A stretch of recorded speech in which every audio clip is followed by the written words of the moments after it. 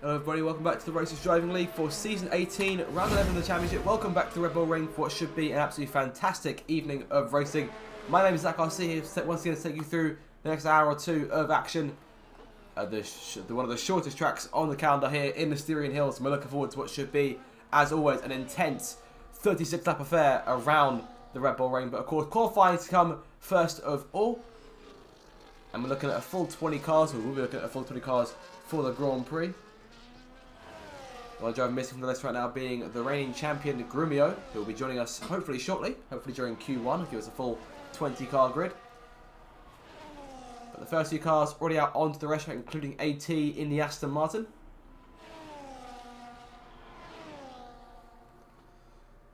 So we'll run on board with the Aston Martin to go to the last couple of corners here to begin his first lap. So off of turn 14 and back towards the line start at first lap. Turn 10, apologies. That's turn 14. It's up into turn 1 then. I'm trying to avoid the sausage curve there on entry as well as on corner exit. Up the hill through towards turns 2 and 3. McLaren coming over to the right side of the track, up towards the braking zone. Of course, many tense moments here in the past, including, of course, late contact just last season in this Grand Prix. DRS in play as we run down towards turn 4. The third of the 3 DRS zones on the lap, so perhaps the best opportunity to overtake going down in towards the right-hander here. As he keeps the car under control here, nice and smooth, he goes through towards turn 5.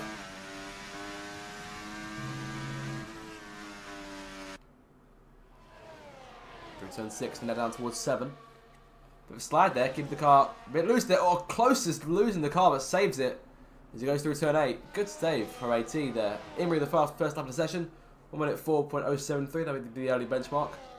AT will come through. Will he complete his lap? I think he will do. Yes, he will. And off the last corners, complete the first lap. Imagine a few seconds down of what he was going for, but 1.9.9 start his session. Dan then P2 between the two cars set times. 1 minute 4.2 on the board for the Ferrari team.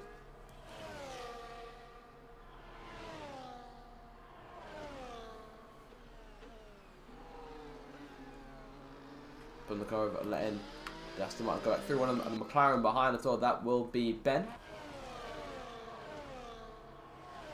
Ben currently 14th place in the Drivers' Championship, 10 points to his name, just 1 point back from Ethan in P13. Of course, McLaren and Sauber close in the Constructors' Championship, P7 and P8. Ferrari, of course, still leading the way there, as Grumio does not join the session, so we will have a full 20 cars in for tonight's race. But a number of reserves in the run for tonight. Imrie retired from the session there, his first run. I think he's enough to get through to Q2.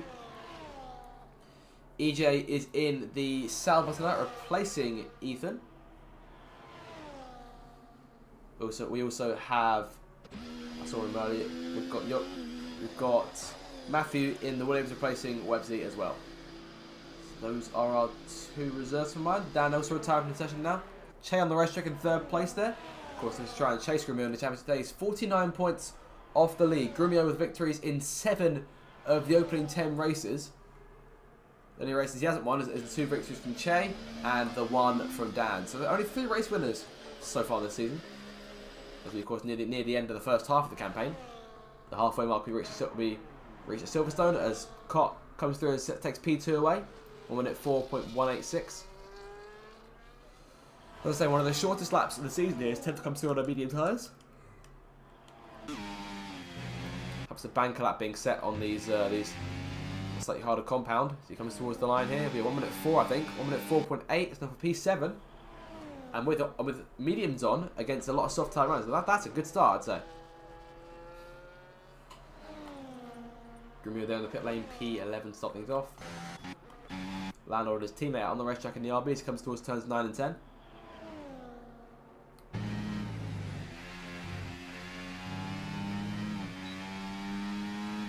Towards the line. Landlord through for his first lap as 1 minute 7 point. Possibly a negative number. That would have been enough for P10 on the order. I think he may have validated that first run, so we'll go again here. Grumio out on the racetrack now. So we'll see what sort of time the champion sets here early on in this first qualifying session. Alpha a bit wide there at turn 10, keeps it within track. The game doesn't peel out of track limits. P9 for the McLaren driver puts him on the timing screen there. 1 minute 5.238 his effort. Of course, bottom 5 will all get eliminated from Q1 at the end of the session. As to who those 5 will be is anyone's guess. It could be anyone.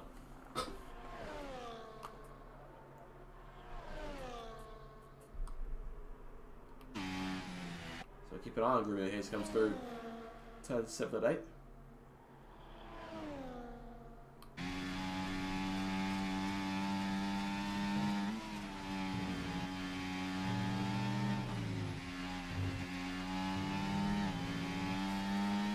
Start his first lap. Of course, I imagine we'll be seeing a similar sort of thing to Imri and Dan, in the sense that setting that first lap time and then calling it quits if Grumio's lap is strong enough, because we still struggle in qualifying at least in the early stages of qualifying in recent weeks. Of course, he'll be up and out for Q3, important, most crucially. He locks a bit going into that third corner. Try and get 12 the Aston Martin in front. Yeah, teach him. Then the validated laps, imagine he'll pull over. Yep, there he goes. And Grumio goes through up into, well, not up place, but off into turn 4. And coming towards the second sector split now, we'll see whereabouts Grumio stacks up on the board. 44.6. Just 2 more corners to go now for the reigning champion. Of course, came close to winning this race last season, didn't quite do it in the end. I believe failed to score, if my memory serves me right. The slide there, sends the car wide, but keeps it under wraps. And across the line, 1 minute 4.3, it's enough for P6 on the board. So by 4 thousandths, actually the 6th fastest car so far, slower than both Ferraris, his teammate Landlord, and of course the Williams and Haas of Cotton Imri, who are always known to be fast over the course of qualifying. So 16 cars now set lap times. AT is now the only one who is thinking to put set lap time as out of sync. He's there having set a 1 minute 9.9 right on that first lap we saw. We can get a toe hit potentially off of Grumio on the run down towards turn 4. Grumio lets him go. How much does that help him potentially? Could that have worked quite nicely into AT's hands here? Because the time will look quite similar in the second split, because of course we saw him spin. We've got that large spin going through turns 7 and 8. He's a tenth and a bit down.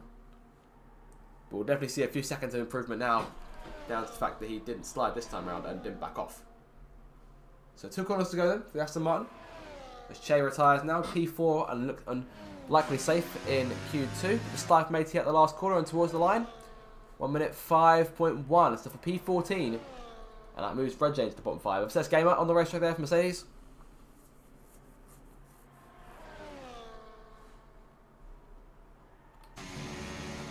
The last 2 corners now. Looking to put his own time on the wall. Can he try and match his teammate? Top 4 have all retired now. Cock finds his conclusion of Q1. It's P9 for Obsessed. 1 minute 4.7. Fantastic lap there.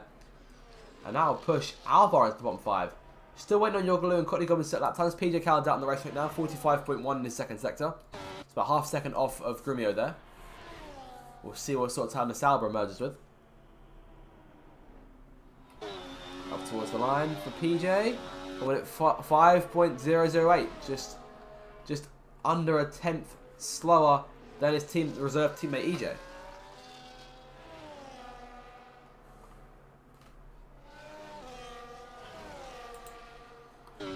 Seems mighty close now. AT, Alvar and Reggie all in the bottom 5. Yogaloo is on his right lap. Courtney Goblin yet to emerge from the pit lane.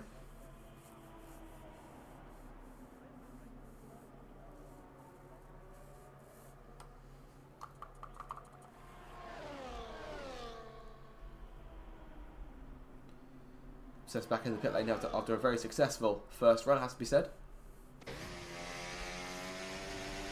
And hopefully have enough to get him into the second part of qualifying.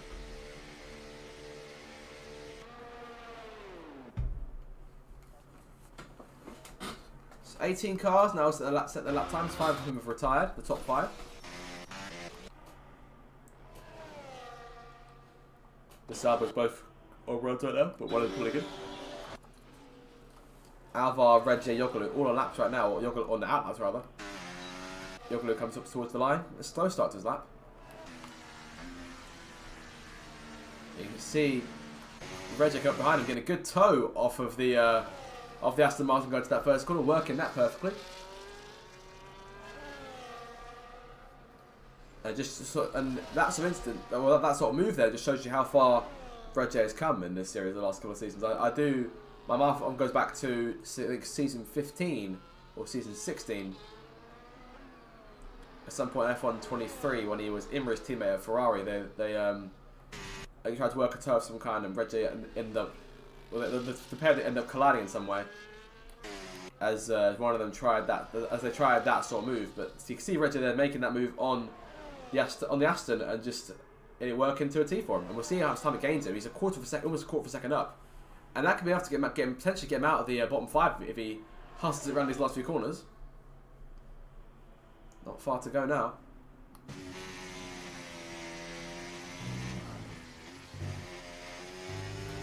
Up towards the line. Can he set 1 minute 4 like his teammate? Up he comes. 1 minute 5.1.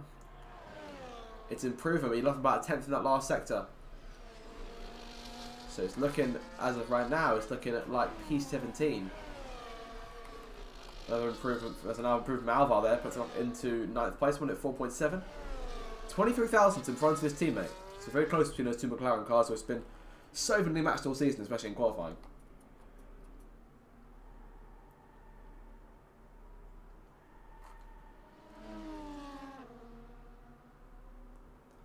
Cannon P13 right now. She sits in 7th place in the Drivers' Championship with 57 points after the first 10 rounds. Her closest competitor is Landlord, 9 points in front.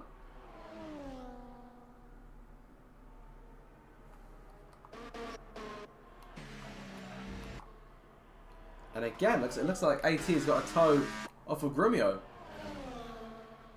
What is the game plan from the Aston Martin?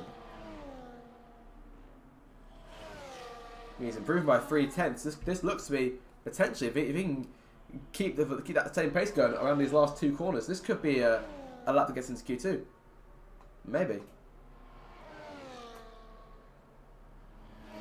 Last corner, can he hold it?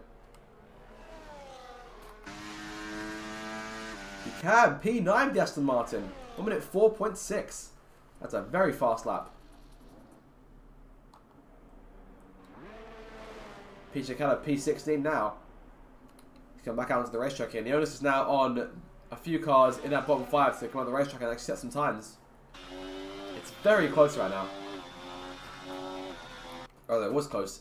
But you now need a 1 minute 4 minimum to get yourself into... How many chances to get yourself into Q2? Flying Duck reserving the Pope in the Hastonite is currently the last car on the bubble. Teddy Cannon is just 7 thousandths in front of Duck in 14th.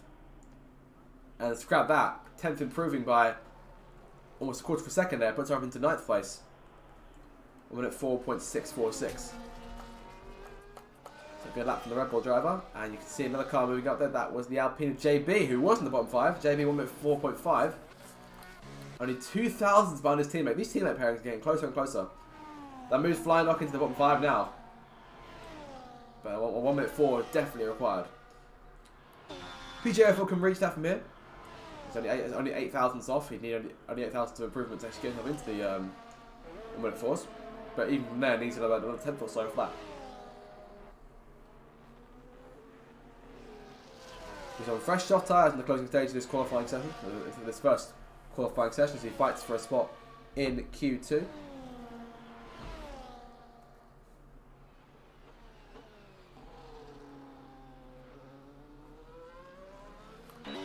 DRS in play now. PJ to make straight up towards turn 4 once again.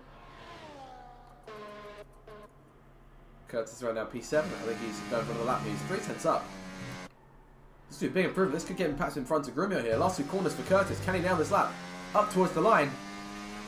1 minute 4.3. It's not for 5th place. So not just in front of Grumio, but in front of both the RB cars. Very impressive lap there from Curtis. And that breaks up the cars in what is now the top 7 who are retired on the track. Or in the top 5 rather. Cannon P10 as it stands. Obsessed Gamer down to P14. Matthew is currently the last car going through. Curtis retires. There's the top 6 all calling an end to Q1 early. JV retiring now. Not long to go in this session, and we're getting towards the last laps.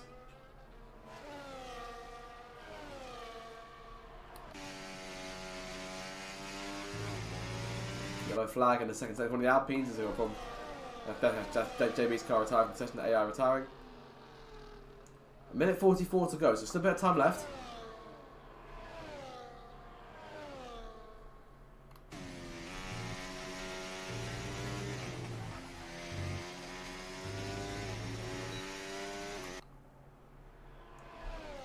Again, retiring now as well. She's in P12. So potentially a bit of risk here should some more cars improve behind her.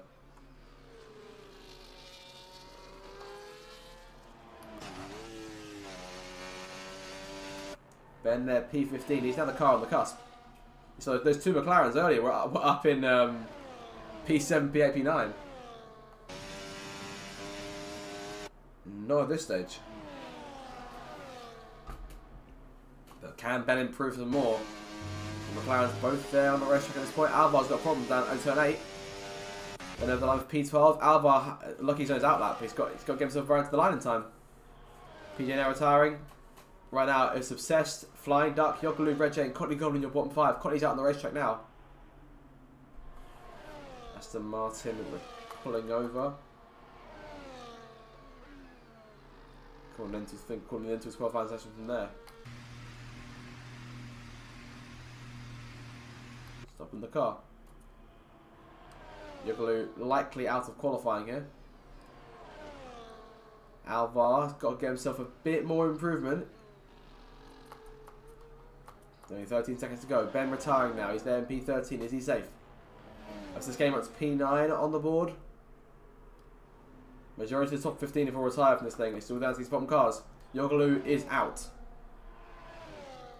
Flying Duck is also out. Alvar, with a solid lap on his last run, could get himself up into the top 15 perhaps. It's going to be close though. Yogalu retires as confirmed. Oh, Reggie off the gravel. And that will put him out of qualifying likely as well. Cotley Goblin across the line, still saves P20, he'll start last. Red J looks to be out. Can Alvar give us one last late shot as we've seen him do in the past? He's 2 tenths down at the end of sector 2. And over the line, P16 for him. So AT will sneak through into Q2. He's still a lap now. Look at this. Obsessed Gamer, who only a few races ago we were seeing sort of trailing in and almost risking Q1 elimination each race. There he is, 2 tenths behind the reigning champion Grumio. It just shows you how close qualifying is in the RDL. Overall, a second and a half covering the entire grid. AT over the line then, P15 for him. So Alvar, Flying Duck, Yogalu, Red J and Cotley Goblin are the cars we lose at the end of this first session of qualifying. Avery tops the session from Cott, Dan, Che, and then Curtis your top 5. Struggle for the rep for the RBs. Landlord 6th, Grumio 7th, Matthew 8th in the end, highest reserve. 9th goes to Obsessed, and PJ Callum rounds at the top 10. It's JB, other reserve, EJ, Ben 10th, and AT are going through. Alvar, Flying Duck, Yogalu, Red J, and Cotley Goblin all see the end to their sessions now. Well, that wraps up for the moment for Q1. We'll be back in a few minutes time, a minute or two for Q2.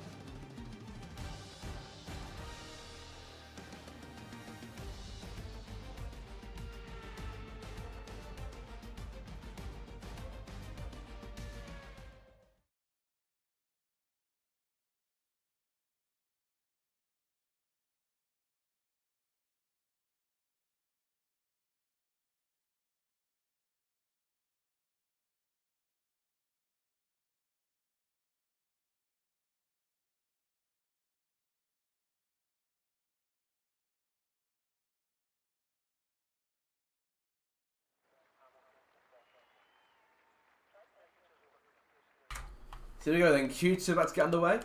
Looking forward to what should be a very interesting scrap for the top 10 places in the order to go through to Q3 and fight pole position in the shootout. In a Q1 where it was overall 1.1 seconds covering 19 cars, And that's Austria for you.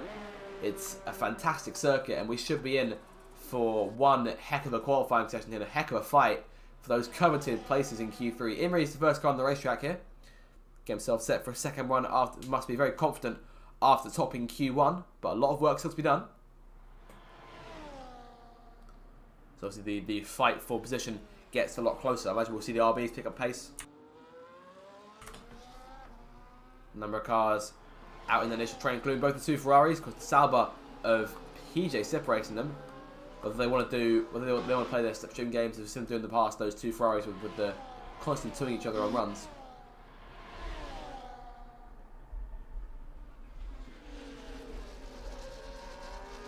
So we'll see if either one of them backs up. Yep, Dan is backing up.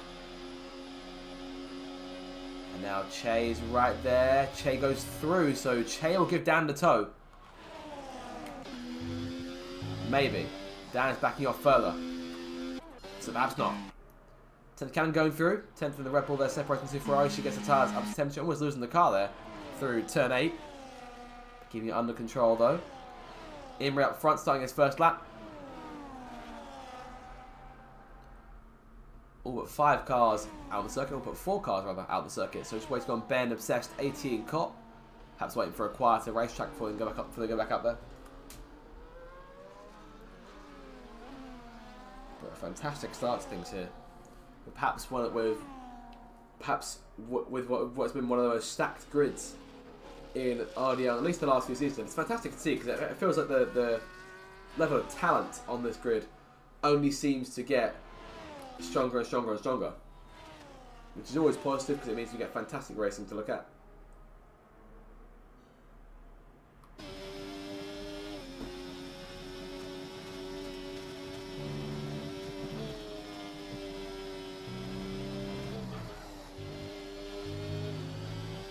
Imri towards the line to complete his first lap in 1 minute 4.1. I think it's slightly slower than his Q1 time.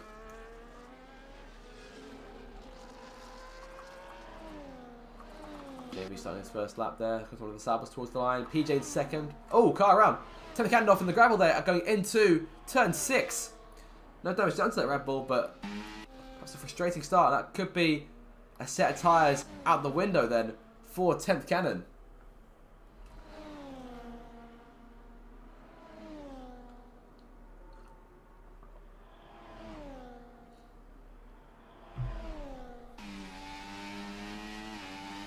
Back in the pit lane then for the Red Bull. Into that first run. Matthew set time 1 minute 4.7. Lando in between those guys. 1 minute 4.693. Dan 1 minute 4.657. EJ 0.769. PJ 0.890. 6 cars on the board right now. Oh, right goes AT. Did he pick up any damage there? Has he avoided that on the end plate? If he has, that's fantastic. A fantastic recovery from AT. I think he may have lost it. Yep, okay, no, there it is. We'll see the full extent of the damage here with the camera changes. You can see one plate gone. That's a lot more than end plate off that Aston Martin. The contact didn't look as violent as that, but well. A wing change now set to be made for AT if it gets back on the racetrack and sets a valid lap time. Romeo in second there, 1 minute 4.5. Still considerably far back from Imri's initial time, but of course, this is the point where drivers are still perhaps on their set of Q1 tyres and are going to set Q2 tyres and absolute blister times across the field. But half the cars have set lap times now.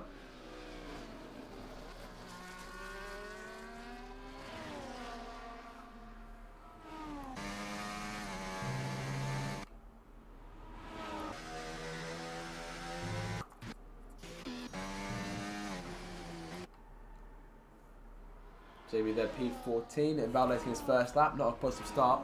I swear, invalidating on his second lap here, on those soft tyres. So he comes in. Che towards the line. Perhaps didn't go for a lap on that first run.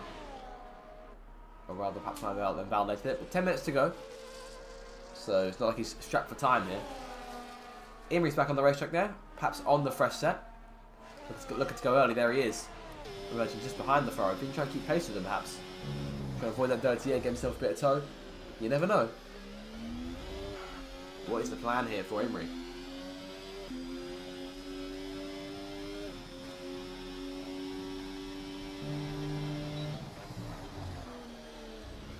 That's from the car in front going through turn 4. It's Che out 5 and towards 6 now. So that's how many sets. 44.3. Solid lap as of right now. We'll see what more he's got in the tank.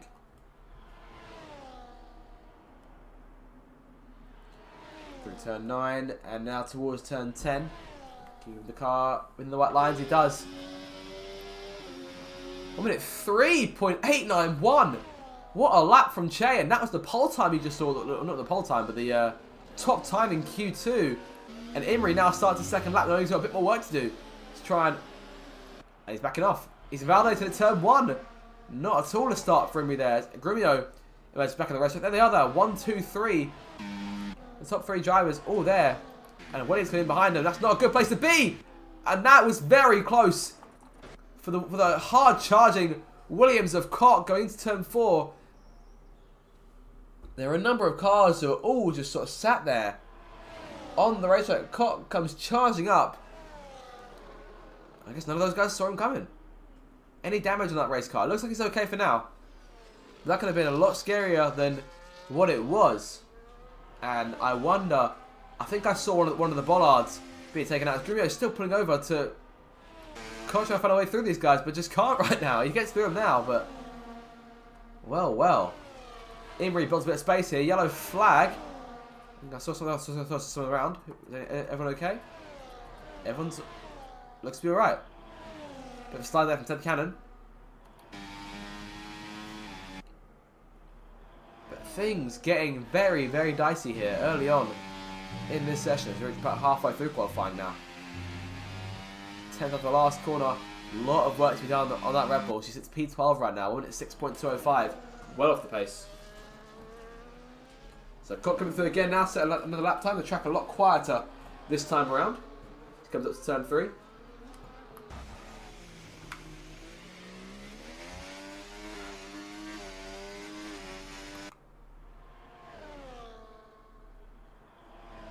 Down towards turn 4 here. With a lock up, slide there on those soft tyres. What does the split look like as it goes through the second sector? 44.6. It's about on the pace we were expecting. Might need another 10th or 2 in this last sector to sort of keep him up front. But I imagine this should be enough to get him into the top 10 once again. Obsessed Gamer in P4 right now, actually beating Grumio. Only just noticed that he's doing a fantastic job, so Koch validates 1 minute 4.372. That'll be enough for P3. EJ in 3rd place. Tell you what, there's a number of underdogs up here who are doing fantastically well so far in this session. Have you ever had 2 reserves get through to Q3? That could happen today. You never know. Both of them in position to do it right now. Obsessed Gamer now in P5 is Dango 2nd fastest. 4A12 and Matthew in P8. Sorry, did I say Obsessed was a reserve? Apologies. No, it's EJ and Matthew. There we go. I'm just making sure I did get that right. EJ P4, Matthew P8. Have you ever seen 2 reserves go through to Q2, into Q3? You never know. Could be today. Grumio back on the circuit here. And again, Koch is once a step behind him once more. Having invalidated his lap time, charging up to go again. And Dan's coming through out turn 4 now. Emery backing up again. So a number of cars lining up to go for another lap here.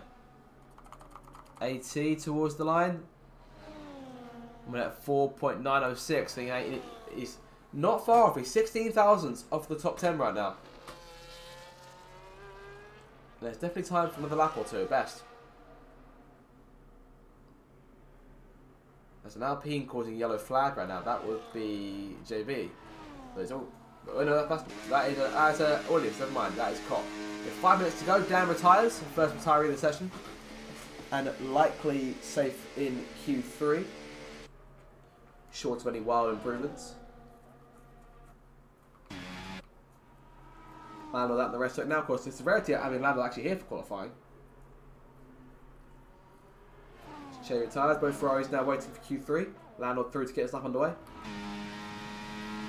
He's there behind both the Alpine cars.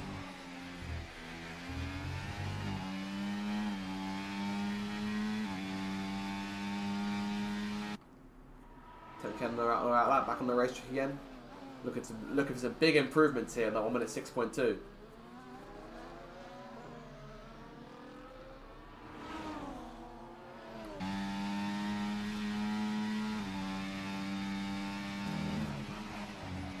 It's turn 4. Yellow flag. That was Curtis backing off. He's in P12 right now. Still has a bit of work to do. 1 minute 5.5. Again, at least you need at least 1 minute 4 to get yourself into Q3. Cannon in behind Curtis now. Caught back on the racetrack here. Still looking for a lap time.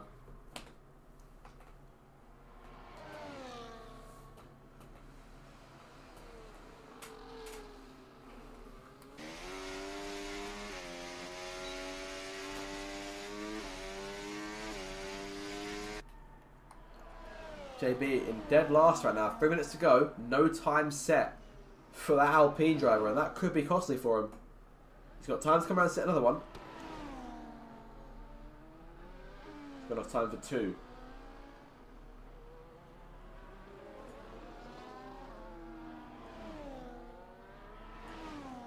I think he's struggling here though. Not too sure.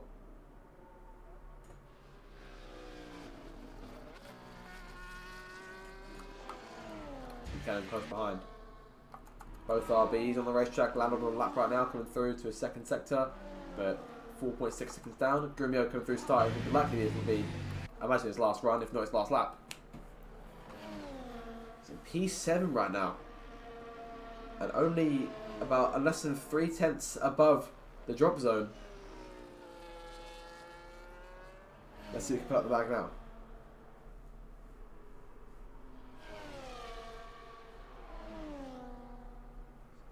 So 10th up as he goes up towards turn 3 to be in the second sector.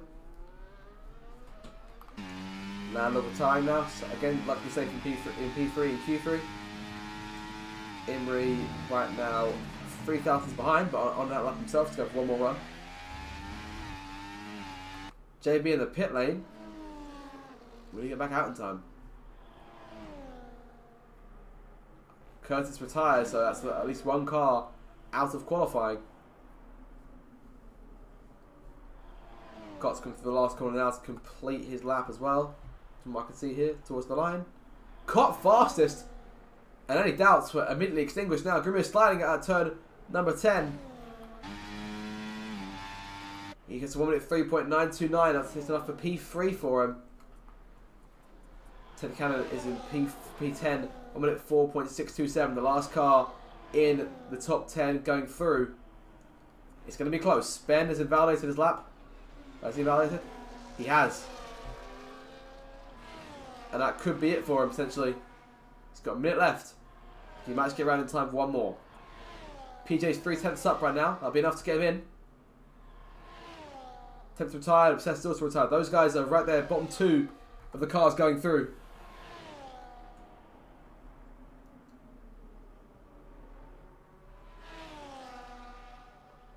PJ over the line, P11 for him.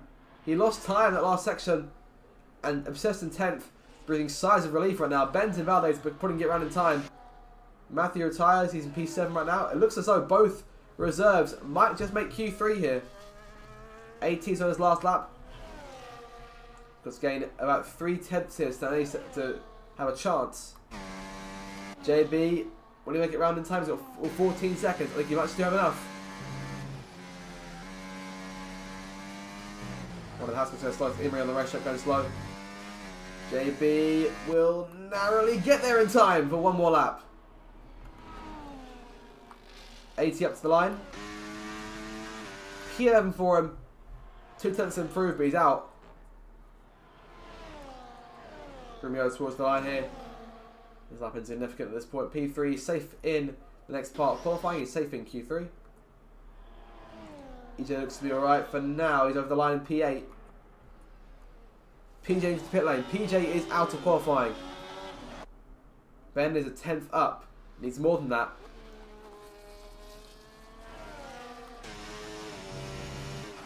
He's just behind the other here.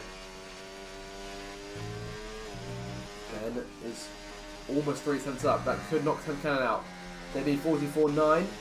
It's going to be close. These two are fighting to knock both 10th and Obsessed out. We sat there praying for some sort of mistake in this last corner from Ben or from JB. Sliding from Ben. That could cost him. Ben P12. JB P14.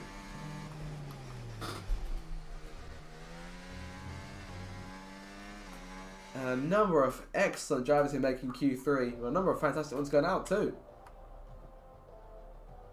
Let's go through the results here before we go into Q3.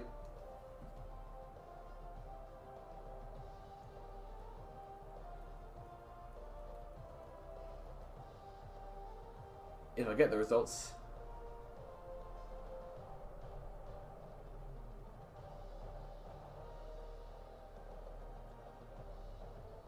I think it's just going to send us directly into Q3 here, which is annoying. Yep, there we go.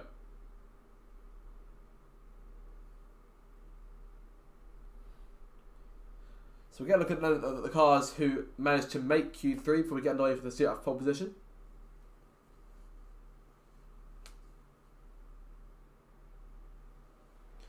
So then, we had a total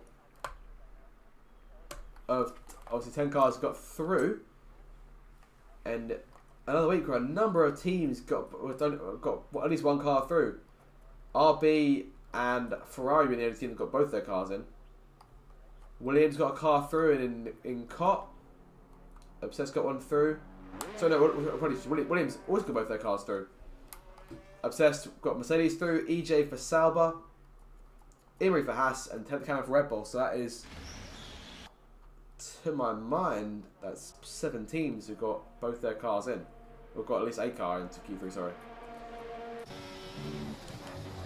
But now those cars are there, we're thinking about how can I take pole position from this scenario. And Emery's the first one that's going to try and figure that out. He's down towards turn 4. Dan and 10th on the circuit here. This is where, of course, where it all counts. Starting position is on the line for these guys in the top 10.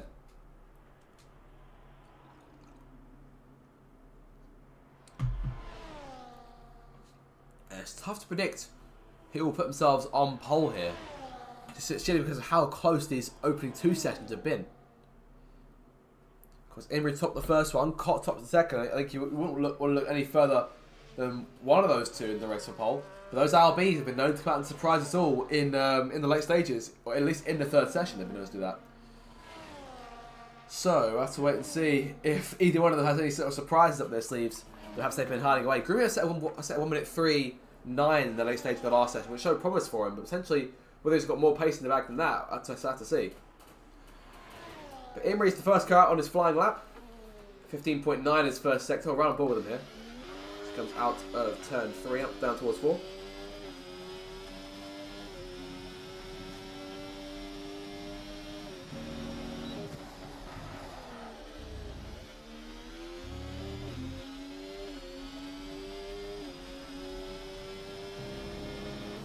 Through turn 6 now, keeping it under control. 44.2 is second sector, that could be good.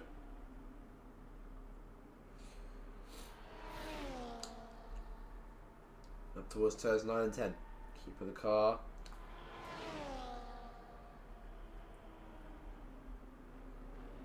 To avoid that rear end, sliding out turn 10 towards the line. Emery with a tough time to beat, 1 minute 3.845. That's a fantastic first lap. We'll see if anyone comes around to try and beat that. Let's run on board now with Dan to come through to complete his first run.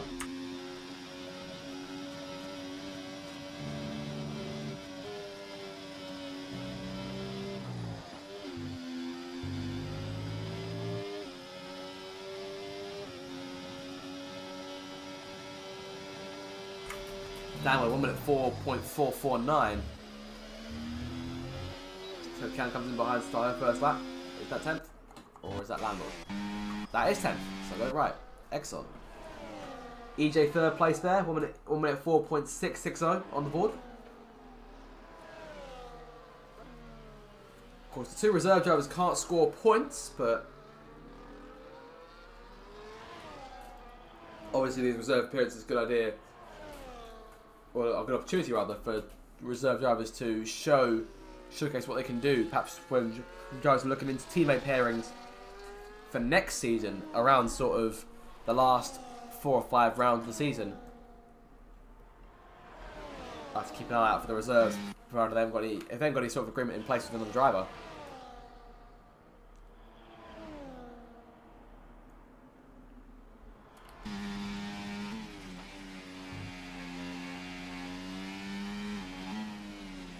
Taking to pit then.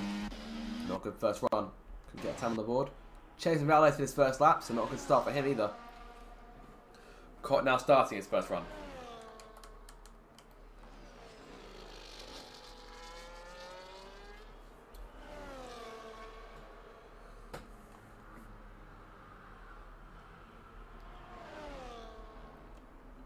.019 in the first sector. Bit of work to do here. Sliding off turn 3. Not a good start to the lap.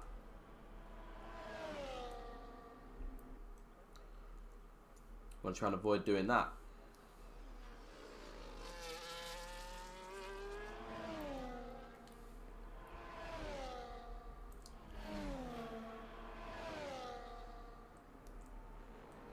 Bit wide on the gravel there, 44.4, so you sort of redeemed the lap a little bit.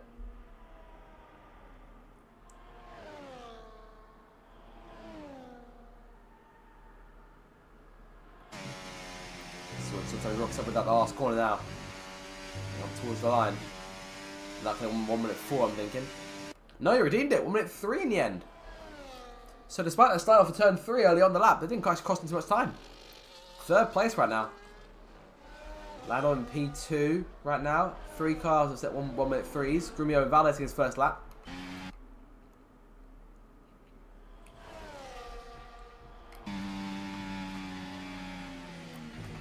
We know not to ignore Grumio when he makes a mistake like that, because if he's got time, chances will rectify it in a big way.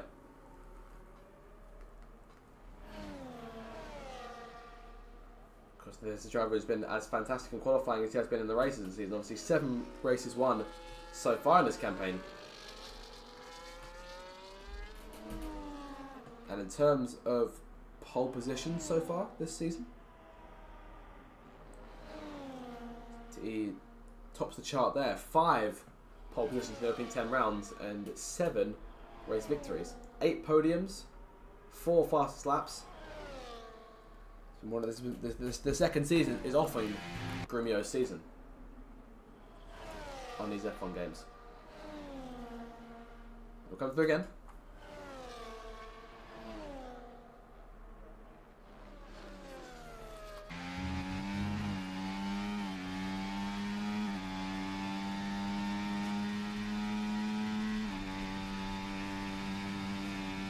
.15.9 in that first sector, and that's faster than Cott's by a little bit. And given that Cott is there, eerily close to Imrie in pole, Obsessed gave a P4. That's a remarkable lap from the Mercedes driver. Where has Obsessed got this pace from? It's remarkable to watch. I'm astounded.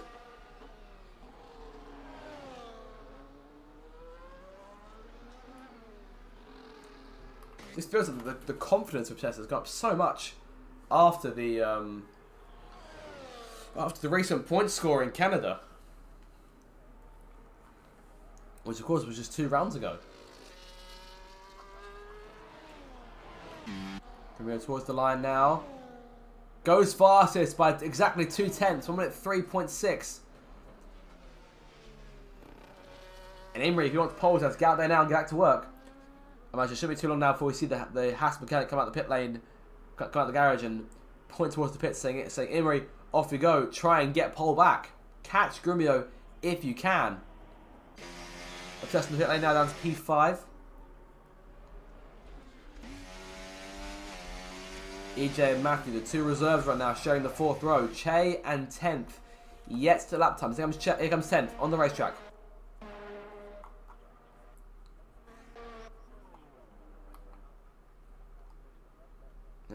That's someone just coming in. That was Grumio. No, sorry, no apologies. That was... I'm not sure who it is putting in. That's what the... It's not the Alpine. There is no Alpine here.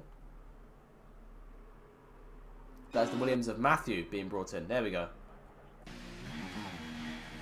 Grumio coming in. May have time for one more lap here.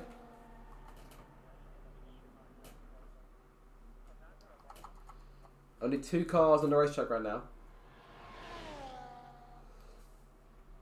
EJ's out on the circuit, likely pitting this time, and 10th is on her outlap.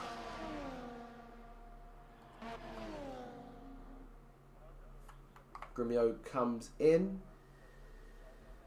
You may see one more lap potentially from Grumio. Do we see anyone else emerge from the pits? It's just 10th out there right now. 3 minutes to go. I imagine we're seeing a big rush in the pit lane the moment as last runs get underway. There goes Cott again. Is that Cott? That is Matthew. I've done it twice now. Matthew, the slowest time so far, 1:05.157. A lot of work to be done to keep us high up the order. Yellow flag. That is for Matthew Slow. And there is Jay. Back on the racetrack. It's not looking fantastic for Ferrari right now. They're being beaten by both RB cars in the order. But Dan in P6 and Che in P9. They'll come out here looking to try and put pay to that.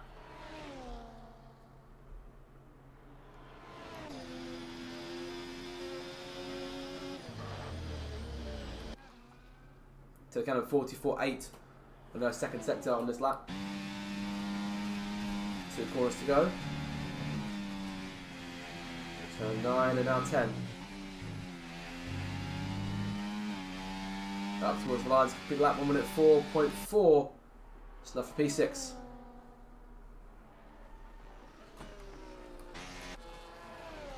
And everyone is now on the racetrack. Only 10th on a lap, but everyone's on that lap here. Get ready to start the last run. Landlord and Matthew, the first cars through. Landlord right now was only about 1.4 tenths off of pole, off of what was pole. He's now about a quarter of a second down on his teammate.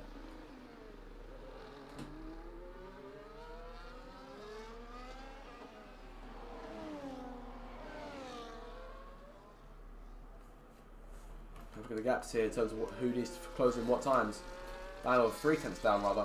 Imri is somehow not exactly 2 tenths down.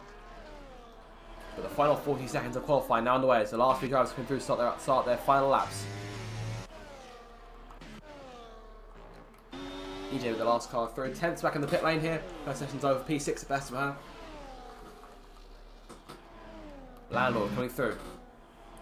So likely his last lap going way wide there, but letting the lap still counts towards the line. 1:04.029. Imri behind him, validating though. That would have been pole. Can he still do anything now? Used a lot of his battery, and that'll be it for him. P2 at best for Imri. Caught to 10th up. Out of Sex 2, he's validated as well. Chained second place. That's mighty close. Sam's down towards the line. Dan backing off. P8 at best. P8 for the Ferrari. Checker flag has now fallen. And Grumio has validated his lap himself. Oh, off into the wall. And he knows he can get away with that because he's on pole. Landlord's backed off. Obsessed is going for one last run here. He's quarter second down though in the second sector. There'll be a P6 start for him here. Unless EJ can improve. EJ doesn't improve. So Grumio then on pole. Landlord is waiting to be P4 for him. So the top 10 goes Grumio, then Che, Imri 3rd, Landlord 4th, Cott runs out of the top 5, and it's Obsessed, 10th Cannon, Daniel Aaron, EJ and Matthew, the reserves, sharing the 5th row. What a qualifying session that was. And we'll be back with you in a few minutes time to get this Grand Prix underway. Don't go anywhere, because this is going to be an absolute RDL classic.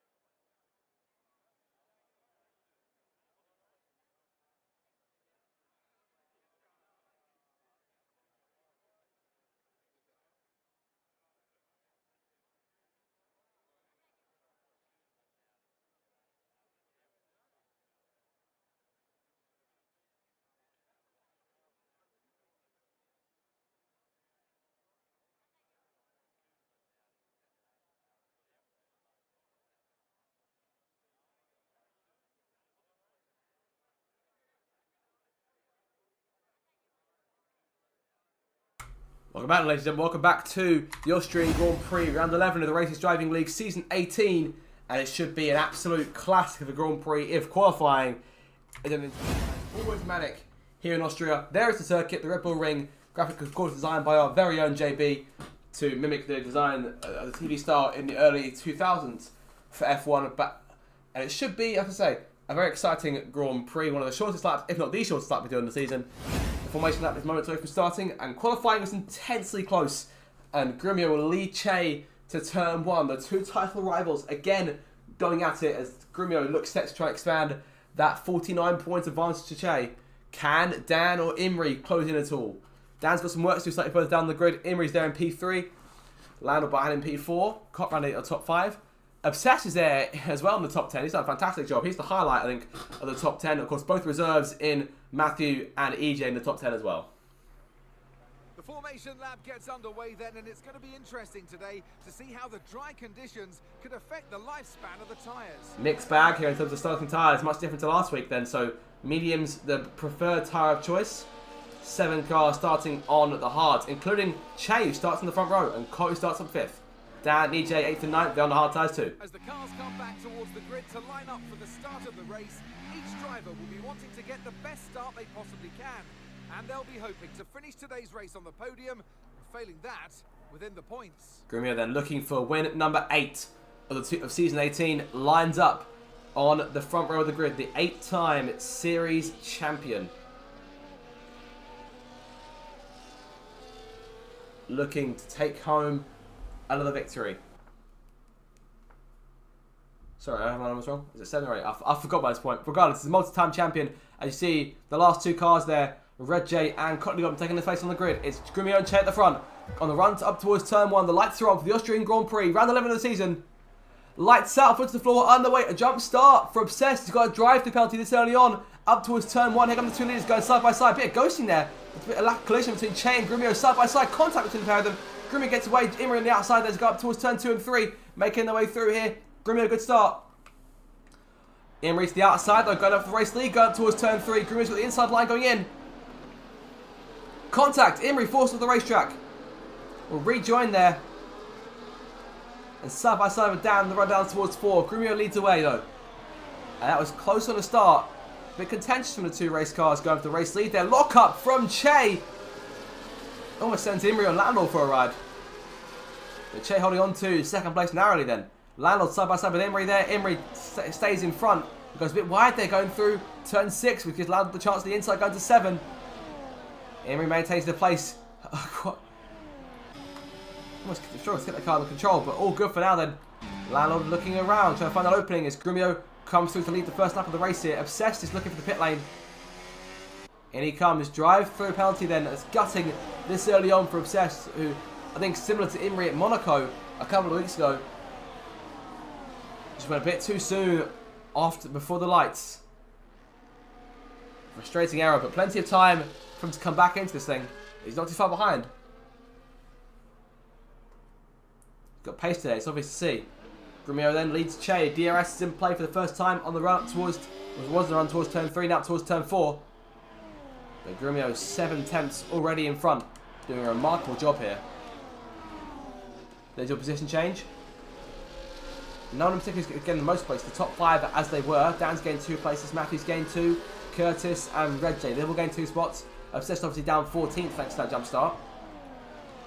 18, Ben side by side. Aston Martin looking for their first points since changing their driver lineup around with James and Duck. Yoko and AT both gunning for their first point of this campaign, but AT then in the top 10.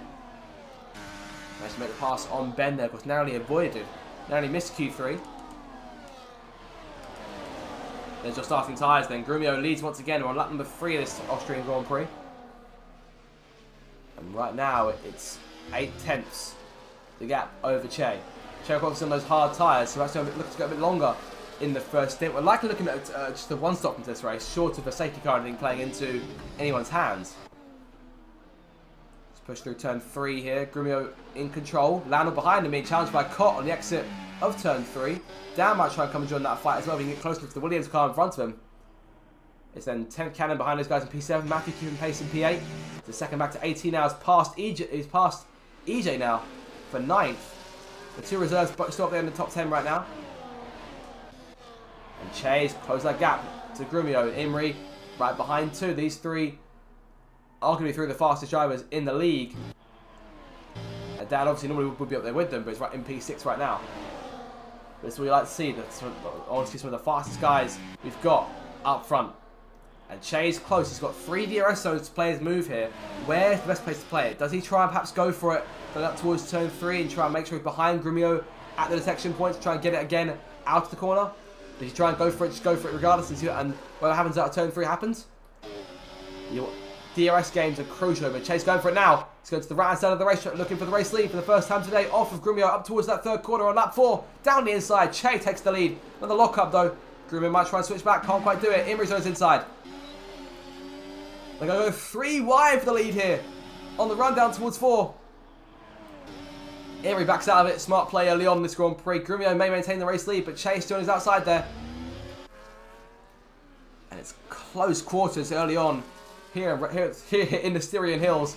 Grumio reclaims the top spot, but Che right behind him, letting him know that like Spain last week, this Grand Prix will be no picnic for the reigning champion. No picnic whatsoever. That quiet afternoon in the mountains, not to be today for Grumio, because he's had these guys all over him. PJ there, 3-second penalty. Grumio goes wide there, through time, turn 9. Che takes advantage, down the inside, takes the place. He'll take DRS2. Imri trying to thread the needle if he can onto lap 5.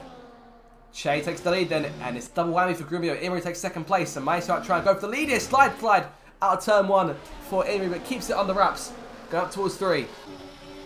Imri closing in now. Che had a brief moment in the lead, but now that lead belongs to Imri. Going into the braking zone. Che will have DRS on corner exit. They're side by side, and Imri narrowly gets back in front. But Che will have DRS to his advantage now, going towards turn 4. He's on the inside looking for the race lead again. Won't go for it, holds his line. Imri now has the lead. And he'll try and set sail now, try and get away from the chasing pack if he can, but he's got these top 7, which are so close together. 10th Cannon having now dispatched Matthew. And AT there, running in P9 behind them. EJ still holding strong. His teammate PJ Callum, the first driver to get a time penalty tonight, in 11th place. Then it's Ben in 12th, JB 13th. He's in a McLaren sandwich, Alpha behind him 14th. There goes Curtis behind, Yogaloo P16, Red J 17th, and it's Cotney Goblin Flying Duck. And it's this game of 5 seconds off of those guys thanks to that drive through. So he hasn't lost too much ground here. Things could have been worse for him. I have to see how he can get himself back in the game here, because he's starting to gain time on Flying Duck there in P19. I imagine probably likely out of practice in terms of racing here, thanks to no longer being in the full-time role. Obviously, just limited to reserve appearances for the time being, is Duck. Rejay passing Yogaloo further back there, going through up towards turn 3. And up front, we could see another lead change as Chase getting closer and closer to Imri here on the run down towards turn 4. They'll go side by side into the right-hander. Che locks up again. Can Imri try to switch back potentially? He's there, but can't quite do it. He couldn't quite pull alongside. And Che didn't have to give him the space there. So Che moves back into the lead. Exciting stuff so far. It's been a very, very enjoyable battle in these first few laps. Behind them though, Cott and Landlord might start going out of position. Obviously Landlord gets DRS off of his teammate right now, so that's paying him dividends, keeping him in P4. It's 18 now making the pass on EJ. And may try and clear and pull away from that pack behind him. It's a big pack. It goes all close there for PJ, almost going to Ben. That pack goes all the way down to P15. P16 and P17 about themselves. P18, P19 again, same thing. And Tessa game is second that lap. He's closing on Flying Duck fast. Che now having Grumio might try and challenge behind him. He's taking second place back from Imri. Well, let me try it on corner exit. Can't do it. It's Che with a slide there. And Grumio takes all the chance he can get and goes back into the race lead here. What a race this has been so far. Almost going through right behind them, in towards turn 4. Surely that can't work. It does work. Just contact. Everyone holds their line. Everyone holds station behind the top 3. And Dan wins out over both Cot and Landlord. And 10th Cannon, once again, even closer now in the picture, on those medium tyres in the Red Bull. 4 medium tyre runners in this lead pack. There's 3 on the hards. So split strategies for these guys, both Ferrari cars on the hard tyres. So what's the game plan for the Scuderia here and their attempt to try and beat Grumio and Landlord today? Because those two are the main rivals. Obviously, we're looking at the Constructors' Championship too, as well as the drivers. While Grimio has a big advantage in said race of the Drivers' Championship, he's the first car to reach 200 points this season. He's on the mark 200. Lando only with 66 of them. There's 266 for the RB team this season, who sit in second place. And it's 286. So there's a 20-point gap between those two cars, between those two teams, as Grumio again looks for a move on Che. Having taken the lead away, and now Grumio wants it back. So 20 points separating the two teams in the Constructors' Championship. Those points can be crucial from the end of the campaign. And right now, the fact that Che and Dan have been up front, consistently putting Grumio under pressure as a team unit, that these first 10 races has been so crucial to their challenge. And Ferrari, right now, having never won the Constructors' Championship in Italia, they've won the Drivers' title with Landlord, but never the Constructors. And that season, this season could be the one. It's not often we get a team combination who manages to win the Constructors without the Drivers' Champion in the team. And it's a rare trait in Formula 1 too, which obviously happened just this year, just gone Max Verstappen. It's gone to lap 9. Landlord now passing Cot up towards turn 1. Connie Goblin rejoining. For the back here, it's EJ who still leads his pack over AT. It's Matthew in P10, Ben in P11. As Che reclaims the lead from Grimmy up towards turn 3. Ben being challenged by PJ on the outside, going up towards that third corner themselves, and there goes in front of them Matthew and AT side by side. The two reserves lighting this race up in terms of the race for points. Can't score points, obviously, but are still showing they can hold their own inside the top 10. With a number of teams, those teams that like Alpine, Sauber, McLaren, those guys who are regularly midfield contenders, or have been so far this season. Obviously on their day have had insane pace. Obviously we'll always think back to season 15 when JB managed to score a podium finish here.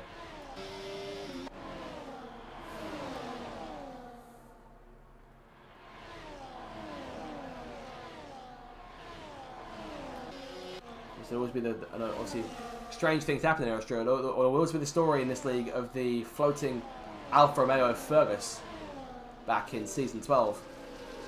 JV penalty there, second car get penalty, and once again in this little train. I say little train, this is the longest train on the circuit, to my mind. So go from P8 down to P15. So actually no, there's two trains here, both of equal length. Nope, not of equal length. Nope, this train is longer. My maths were not on point for a second there, but up front it's still Che.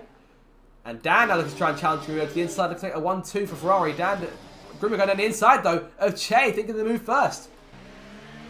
Very close to contact, but Che I think will narrowly keep the lead here. He's got the spot on the inside. He's got the third line for turn 6. Grimio backs out of it. But a bit wide though. That could allow Grimio back in the picture, but not for a move, but just keep him close. Emery's fallen to P6 here. He's not going well for him. Has he got damage? I don't know if he's lost any end plates in that race car, so not sure what's going on with Emery right now. But he's fallen down to P6. Obviously, we were down with the other pack for a little while. Obsessed is now caught up to Flying Duck in P19, so Obsessed back in the pack and back in the race here. Taking about a quarter of the Grand Prix to do. AT passing Matthew here. Those two going at it up towards turn 1 again.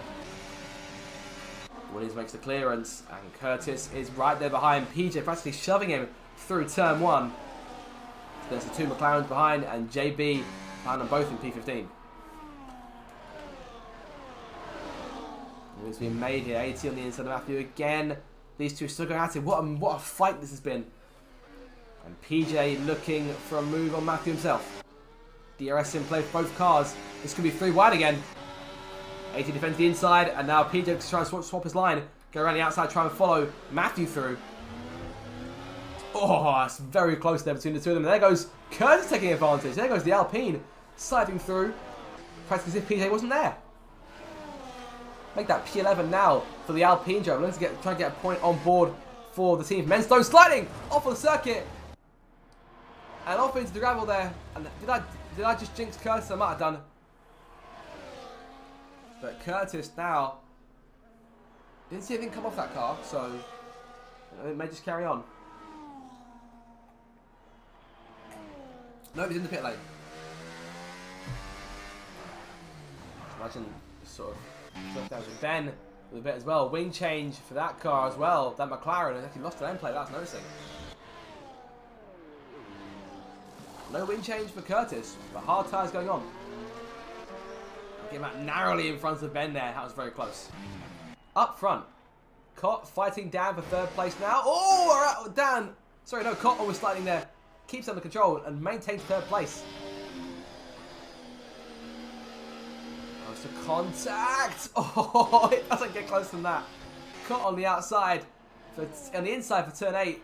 And Dan still alongside. They're dead even here. No one's got the edge. And Dan will get DRS, I think. Yes, he will. They'll both get DRS. That's allowing Grumio and Che to pull away, though. Che now 7/10 in front, as Grumio was in the opening stage of this Grand Prix. This will allow Landlord, Imri, and 10th back in the fray, as 3rd and 4th continue to scrap. But Cott wins out for the moment, and we'll start working on chasing down Grumio and Che. Cott, though, of course, looking to snap a winless streak that dates back to, I believe, dates back to Qatar of season 15. That is season 16, apologies. So, a win streak that dates back almost 2 seasons. He took victory here back in season 16 as well. This was the first of his 2 race wins that season. And behind him, P5, Imri looking to snap a winless streak that also goes on for dating back to season 16. Which I will double check just to confirm. I'm back here for that main train. Top 4 a bit closer together now than anyone else.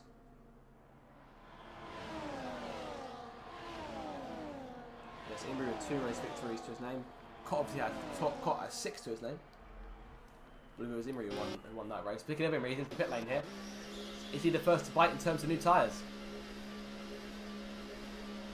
The key here, as Imri comes towards the very last pit stall, and the key is to try and get those tyres to go as long as they can.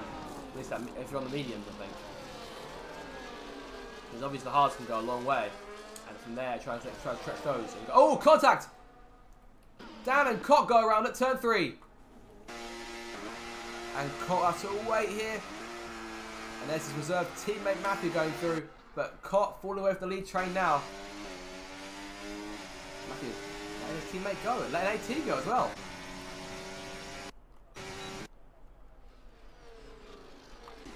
Perhaps just let his teammate through to ensure he wouldn't hold him up, but he lost a place as a result then. Matthew down to P9 now. EJ to P6. And Dan will see a way back from the field now too. 10th Cannon coming in as well.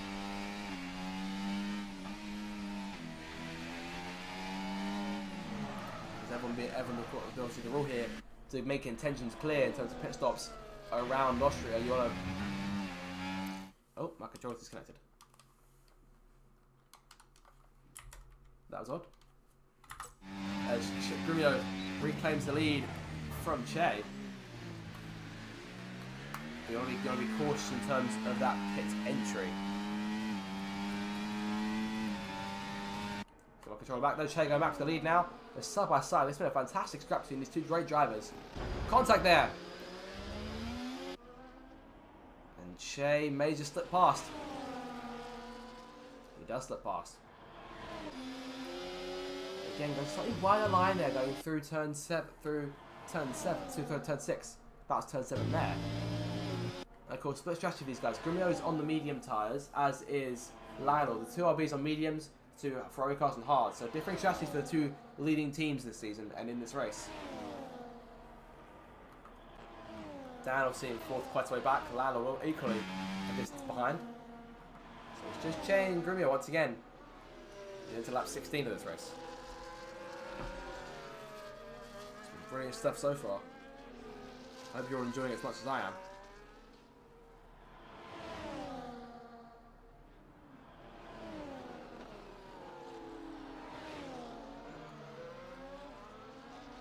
Che holding his own with Grumio right now.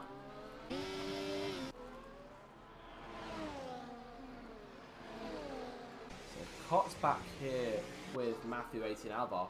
So Cott's a bit further in front now, but he was back there with those guys. And Alvar now challenging, making some moves to P8 right now. Well, the bottom 5 have made their stops here. PJ, JB, Curtis, Ben, and Yoglu all have made their changes. 10th and Imri both come in. It's packed very close together here. Stuck and being challenged by JB and PJ both have made their stops. But he doesn't actually need to keep him, but he doesn't actually need to let him go. Obviously, I imagine JB and PJ not really Duck's race right now, but both of them get through that too much trouble. But I imagine Duck may try and come back at them. And Lando coming in. From those medium tyres, might kill to set hard to go to the end. Yes. Simple one stop this Grand Prix. Che holds the lead. Perhaps this might be the longest anyone's held the lead since Grumio held it early on, before the bicycle starts, but will he try and change that? Going down towards 4. Can't do it for now. Number of more cars coming in. Matthew, AT, and Obsessed, all in the pit lane. Hard tyres going on all 3 of those cars.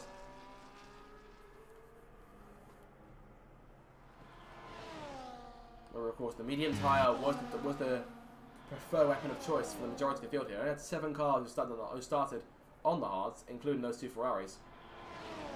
And Che holding his own here on the hard tyre against the medium tyre Grumio, who I imagine his tyre is probably dropping off the cliff here. So we're near the halfway stage of this Grand Prix. It's been relatively quiet so far. Nothing amazingly dramatic, save for the contact between Cott and Dan.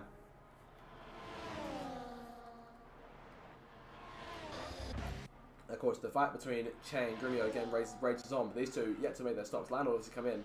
He's in a net P3 right now, to my mind. Actually, no, scrap that. He's actually come out behind Imri in 10th. So Imri right now in net 3rd place.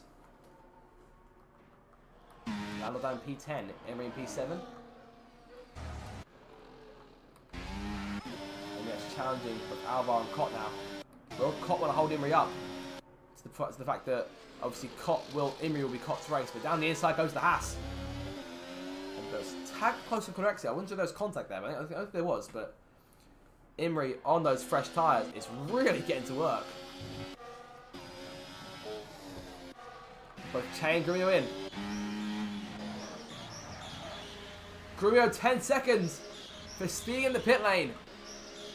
And if there's one mistake that has constantly plagued the champion over the last couple of seasons, if there's a mistake he makes, it's pit lane speeding. Dan takes the lead. Che comes back in front of Grumio and Che on the medium tyres now. Imri out in front of both of those 2 cars. Well, well. Does this move Imri into a net 1st place? To my mind, it does.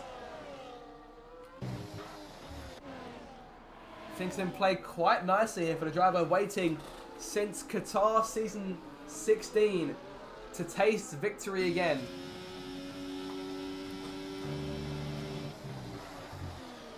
It's been almost a season and a half, if not a season and a half, since his last one race. We're not getting ahead of ourselves here, because there have been plenty of occasions where a victory looks to be his, only to be denied. So we won't count our chickens just yet. Cott there yet to make his 1st stop. Imagine he may lose a fair chunk of time. Dan's still up there. EJ looks to be coming in this time. That'll move him in 2nd place. Halfway through this thing now. Dan onto lap 20 and holding the lead. But yet to make his 1st pit stop. Going as long as he can on those hard tyres, and pushing on set medium to the end. We'll get more of a sense in terms of the gap between Che, Grumio and 10th when these guys will come through.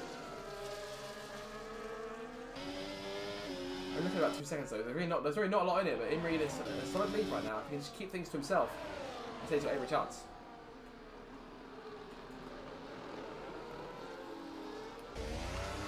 And I'll be hoping that Alvar and Cott try to keep those guys at bay.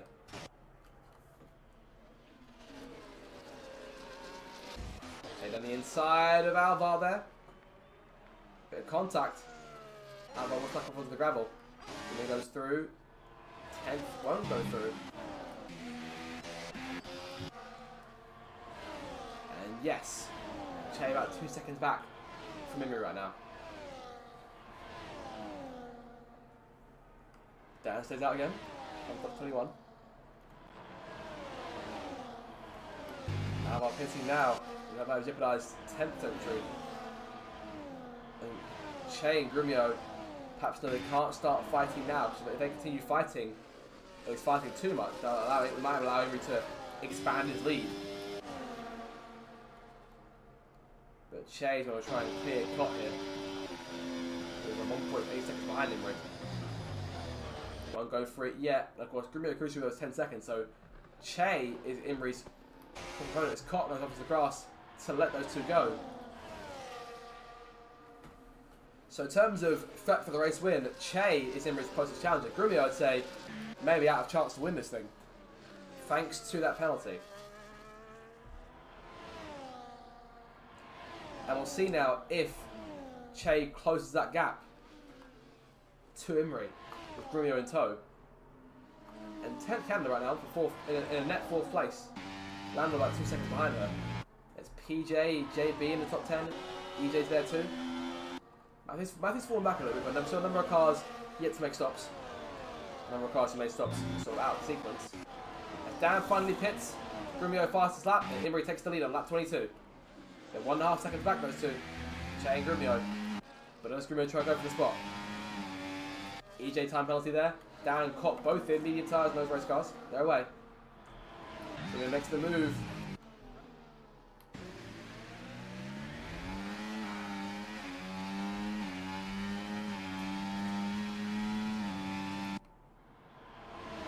And now within a second of Imri.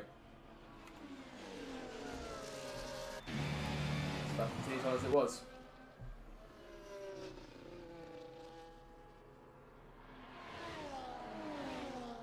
No one here, because Imri can definitely try to stay with these guys. He needs to keep in front of Che at minimum. He can allow Grumio to sail off and try and build that 10-second lead if he wants to. I imagine he won't. I feel like Grumio, given how much he's held today in the first stint of this Grand Prix, will not be able to try and build that 10-second advantage he might want to. 23, 14 laps to go. Another fastest lap from Grumio. It's a bonus point going his way. And Che will be looking at the race victory. Well, essentially, if things are as they are now, he can beat Imri and Grumio with a penalty, and he'll close that gap by 10 points by the Imri stays where he is. Grumio takes the lead there, and Che goes through in second place. We look at DRS, and we'll try and stay with these guys. Of course, he's on slightly older, hard tyres here. Che's close, won't go for the move though. Grumio stays where he is. And Che knows that there's a theory that he doesn't actually need to stay. He doesn't actually need to beat Grumio. He just needs to beat Imri here, because Grumio, unless he starts pulling away, is more or less guaranteed to finish third in this thing. Perhaps even fourth, given how close the 10th is, and maybe 5th, given how close Landlord is. I say Dan's a bit too far out of range right now for that to happen. We'll have a look at the gap while we're here. Yep, so right now, Landlord is well within, so Grumio will be finishing in 5th place as it stands with that penalty. If Dan closing away, he'll make it 6th. And Che, that could be big points if he's trying to close that gap down a bit more. He guns for his 3rd victory of the season. Imri going for his 1st, and he's still right there behind Che. They still be fighting for 2nd. The race for 2nd is most important, this one. For the back here, PJ holding JB at bay. He's got EJ behind him, then Curtis in P10. So it's Sauber Alpine. And thanks to EJ being in the points, that means that Ben will have the last point off. But he has a penalty, which could open up for Cot for the back. And Cot's got pace, so we may see him break the top 10 anyway. The Alpine's looking here. I thought for a second they're going to go 4 wide, but Curtis goes dancing through in between both of them. And JB's left behind them. Curtis into P7 now. Best of the rest of the stands.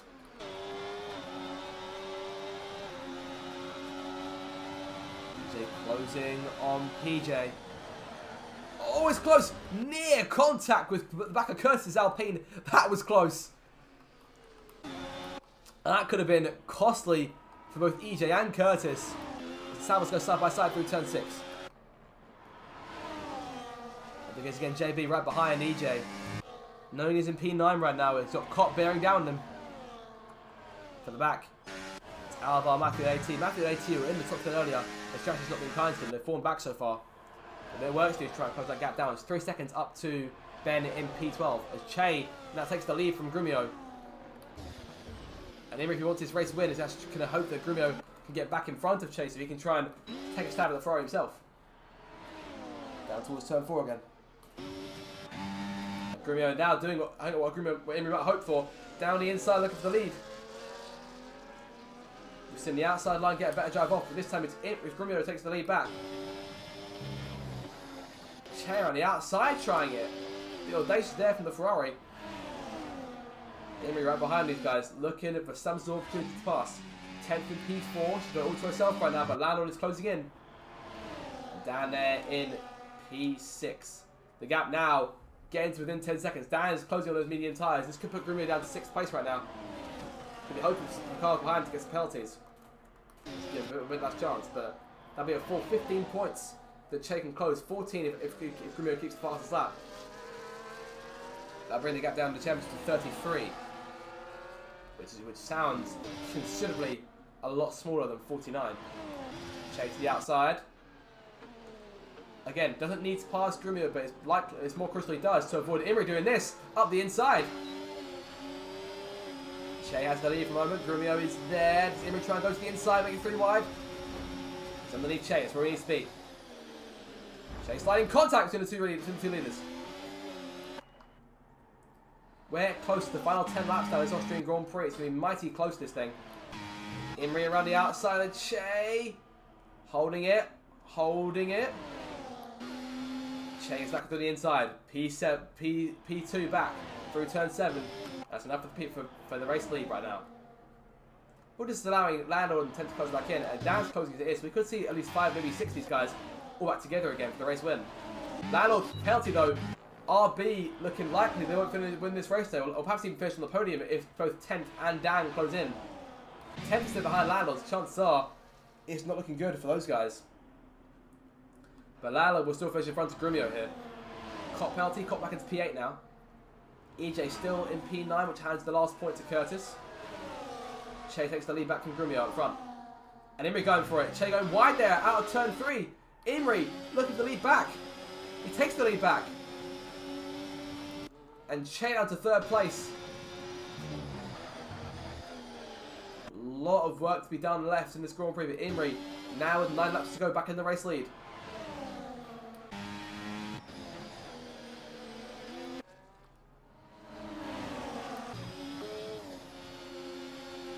And keeping things under control here. He's trying to expand that lead.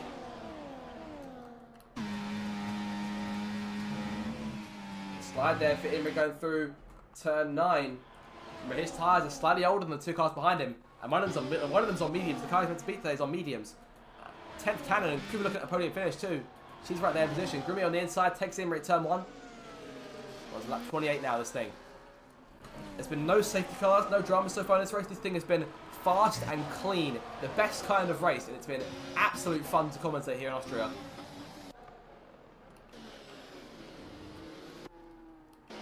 And very similar to Spain last week, of course, the 2 race leaders were pushing each other right the way to the flag, including the late 2, counting 2 last lap passes.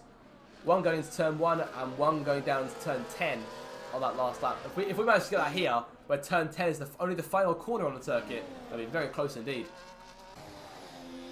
Imri with a poor entry into turn number 6. Che's on his tail. Grumio can try and pull 10 seconds if he feels he can. He's 7/10 in front now. I feel like if he can get out of DRS range, he could try and do that. At the very least, try and minimise the damage. Obviously, Dan is back there, 7 seconds back right now. I think he'd definitely try and pull out range of Dan. But it is looking like P5 for Grumio right now. He's narrowly still in DRS range, so can't pull away just yet. Yep, he is in DRS range. Imri's got it. We'll turn the telemetry on here. And also, everyone right now is still on course to make the flag. A lot of penalties in this race, though. You're going to look at the most at 12. This is all the information we really need at this point in the race. Everyone's made their stops. No one needs to come back to the pit lane short of damage or a late change for fastest lap. Che now challenging Imri. This is for the race lead, reminder. Che on the inside. Imri loses the place. Now what he's going to try and do is going to try and come back at Che and ensure he doesn't lose out to Landon or 10th. So if he starts getting fought by those 2, then Che could start trying to pull away. And the more these 2 fight, Grumio can try and open that lead back up again. He's 9/10 up, so he goes through turn 7. Che's got to bring him back in. Grumio's not got a lot of battery left. He's almost cleared DRS range. He's close. Oh, slide there. Has he done enough? He has. But this time, Che closing in a little bit more, so we'll like to get the DRS back. But it's close. On to that 30.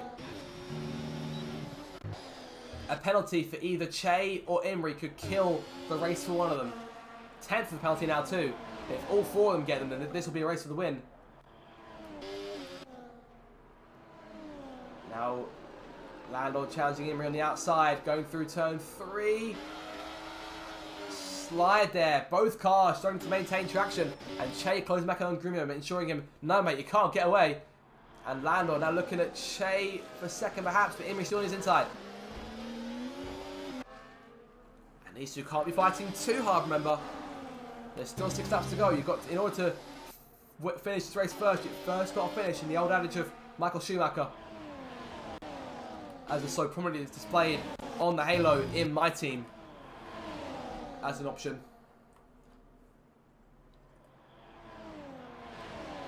And Imrie now has a car to work through before he can try and take a stab at Che again for the lead. 6 laps to go here in Austria. Che in control right now, he's doing what he needs to do. And 10th, may try and look at Imrie now as well. Is Imrie falling back here? Have those tyres given what they can give? Landor going to try and challenge Che here, maybe. As Che looks for Grumio, going down the inside, sending it on his championship rival. Looking underneath, locking up though. Grumio on the switchback. Side by side again. The championship leader with his rival from today and of the season. Perhaps one of Grumio's greatest adversaries, and Che obviously, Grumio obviously one of Che's adversaries. There goes Landor looking for a move there on the outside. And Imrie now takes that chance to try and challenge Landor again, but backs out. They're going towards turn 6.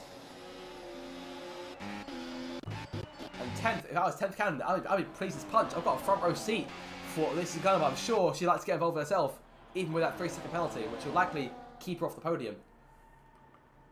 It may not keep her off the podium. It will depend on if she can get herself back in front of Landor, who's sliding there, going through turn 9. And I'll keep Imrie at bay, though. Che, though, is all focused on trying to take Grumio. Trying to win this race on track, as well as 2 penalties. Grumio did speed in the pits. Chances are that penalty will be taken off from Miss Stewart support, so Che will know this is for the win.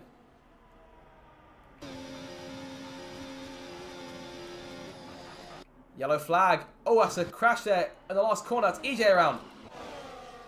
And he narrowly avoids rejoining in front of the Aston Martin of AT.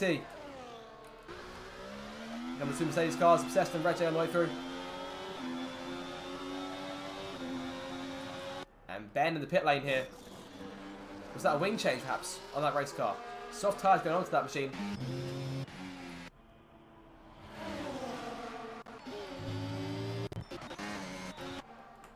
PJ passing JB for P9 now. Curtis going through too.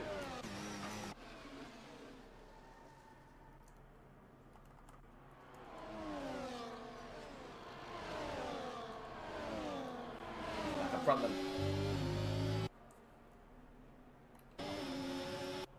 4 laps to go. EJ with another penalty. He's got 6 seconds now. Yogalu and Ben now both with 12. Landor trying to tackle Che here. Che goes to the outside, looking for the lead back. He's going for it on the high groove. It's close contact maybe between the 2 leaders. And Landor's right behind him, trying to sniff a chance to lead himself. Imrie is falling back, watching these guys scrap it out. And perhaps hoping someone makes a mistake here.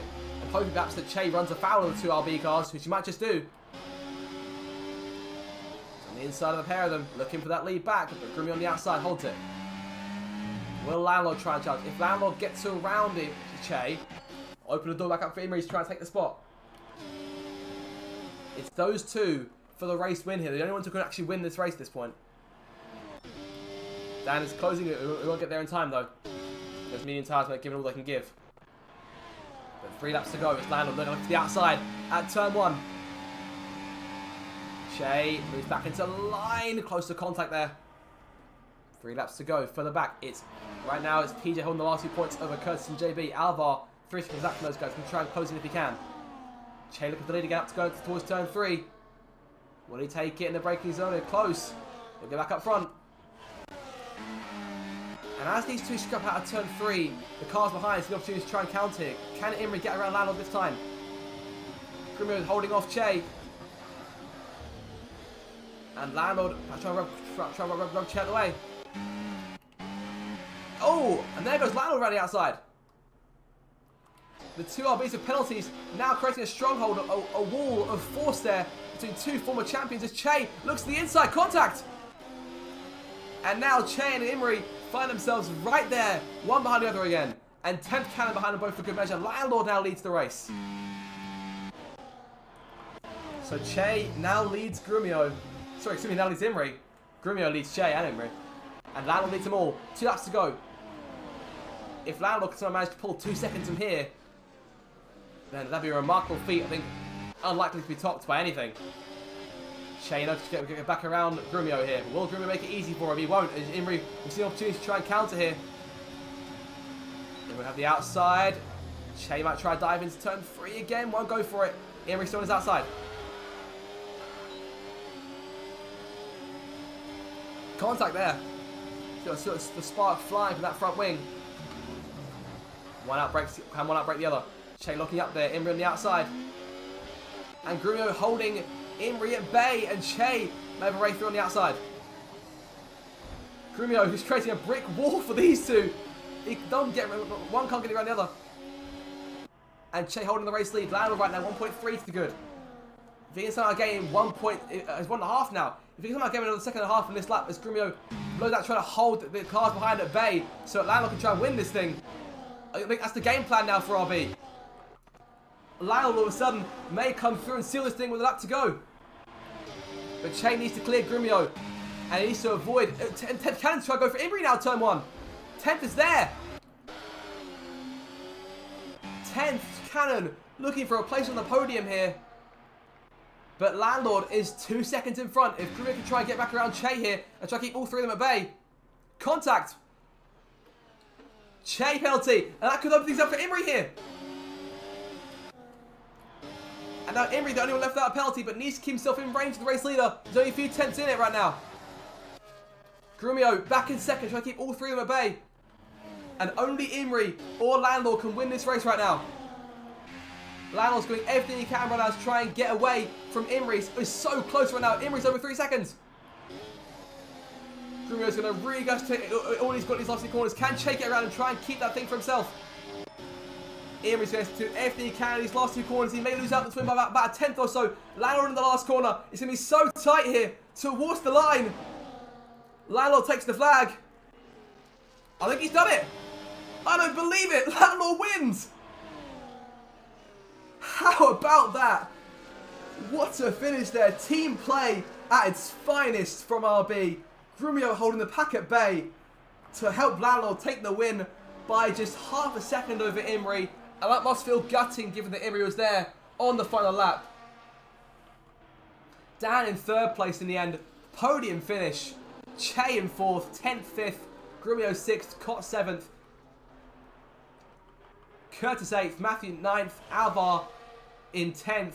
But JB now to the final point as Matthew is of course reserved. AT is there in 12th. PJ 13th. Red J 14th. Obsessed 15th. Ben 16th. EJ across the line. Then Ben there. Yogaloo and Flying Duck. Landlord wins. And that was gut-wrenchingly close.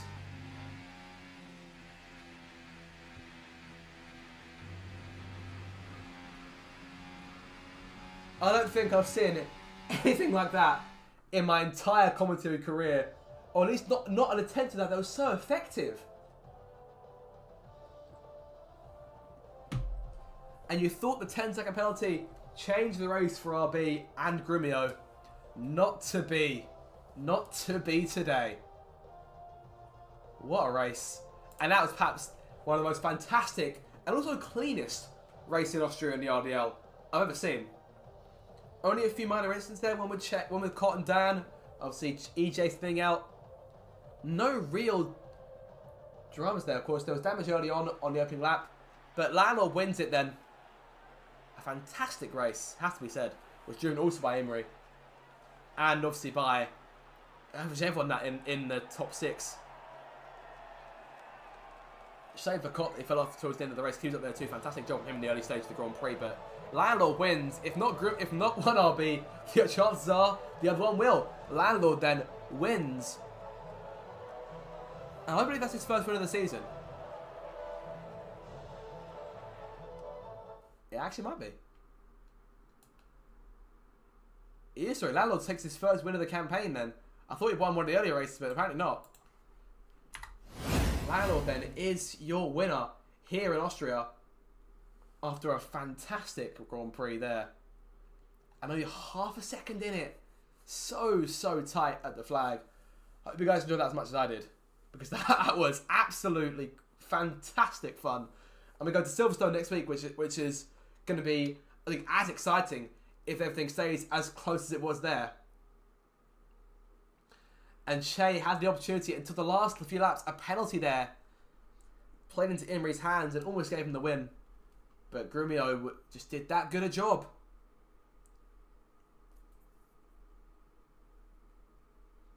And it always just seems like one of those two drivers tends to have the last word in these things. We saw it last week with Grumio. Even when he got past for the lead in the final lap, he managed to take it back at the second DRS zone going into turn 10. And this time round, when his chance the race fell flat, he came through and defended the rest of the pack for his teammates, shielded them so he could go through and narrowly claim that race win.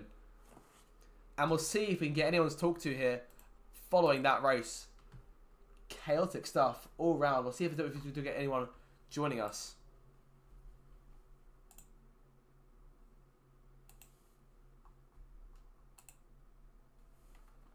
We'll see if we get anyone through.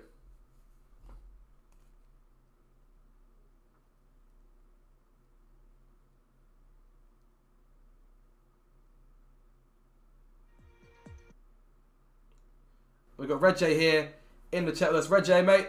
Chaotic race from what we saw up here, but obviously, talk us through the race from your perspective, mate. What went down for you? Yeah, it was a decent race. Drove really cleanly, got a respectable finishing position. I don't know what happened to Cott. Did he cross the line? He did. I think he did cross the line, but he left the session before the thing was over. Okay, so he's a classified finisher. So I think with Matthew, yeah. So technically I finished 14th, but then with Matthew being reserve, I finished 13th. So it's not bad. I don't think we'll get points because I think everyone drove relatively cleanly. Again, which is great to see. Yeah, we're turning into quite a clean league. All of a sudden, I can't remember the last time we had a safety car in a race. Or yeah, I mean, let's talk about qualifying first of all. Yeah. You know, enough about me. Let's just focus on Obsessed. Absolutely brilliant. Future world champion. Maybe, yeah. Yeah, maybe. I think absolutely. I think you look at how long's he been here for now? I can put the exact race count if you want. It was China last year, I think. Indeed, it was. And overall, that comes to a total of 29 starts counting today. 29 starts, yeah. No, but genuinely, I think it is only a matter of time before he starts being a consistent point finisher. You know, obviously he got that result in Canada, which was great for us, and I mean, today he could have been, you know, he could have been inside the top 3 for qualifying. He was genuinely looking that good. You know, and it's amazing what one good result can kind of just do for your confidence.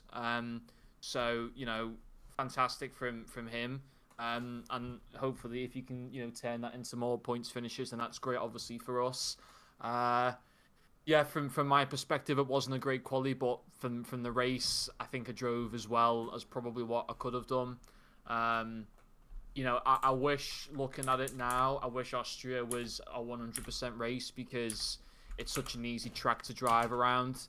So that you don't sit there and you don't feel that exhausted. It doesn't require the same concentration as a lot of the other technical tracks. So, yeah. Fair enough, man. Obviously, speaking of the 100% race, we've got Silverstone next week. That's the third of our 100% Grand Prix. Excited for that one? No, not really, because it's technical, isn't it? You know, and it's got lots of twisty, tight turns, and it's hard on your hands and the controller, and it's just So I want something like a Monza or or Austria to be 100%, not Silverstone, but it is my home race, as it is for 90% of the grid as well. Yeah, I mean, hopefully we can get a good result at Silverstone. It would be nice to try and get into Q2 if possible. It's good to see that we're, even when we are still getting, we're not having, the full list of 20 drivers. We are having to take on a few reserves, but of course that's better than nothing. And I think the reserves have done really good. I think Matthew drove very well again today. I think it's only a matter of time before he gets a full-time seat as well. So it is good to be on the grid with 20 drivers. Obviously, it doesn't help our chances of the points finish, but I can't really have too many complaints from today, to be honest. Honestly, I think I have to agree with you. And what you said about the about 100% being Silverstone being more technical, Monza is actually the next 100% race after Silverstone. Oh, that is good. that is good. Yeah, so I'm happy with that. I just hope that something like a Mexico isn't 100%, because that for controller players is just a nightmare. But you know what? I felt a little bit down after Silverstone being announced as 100%. But you've turned my what's the word? Turned your frown upside down. And you turned me quite happy now, knowing that Monza is 100%. So, but enough of me anyway. Let's move on to the others. Will do, but I will let you know as well. I will turn your frown back the other way and say Mexico is also 100%. So I look forward to that. Well, we'll forget about that. we'll cross that bridge when we come to it. Yeah. Yeah. Okay, right. So obviously, solid pace for today. I'll say respectable result here in Austria. And we'll come down to 10th Cannon, who of course did get herself inside the points today. P5 in the end, but 10th was the podium ever on there. It was eerily close. I think that penalty might have just done you in the end. Yeah, the podium was definitely on. I think I'm really disappointed that I got that penalty, because I miscounted the amount of warnings that I had. I thought I had another one in my pocket, but no, I think top 5, even if it wasn't a podium, is a result I'm happy with. I was with the leaders the entire race, and I fell out of the DRS at one point during the pit stops, but I managed to get back in it. So I think just to be as close to the lead as I was is a good improvement, and it feels good to be that fast, because I didn't think I was going to be that good today, because I'm not that great at quali around here. But made Q3 for I think the second time in a row. Managed to finish in the top 5. That, for me, is a good day. It's a good result.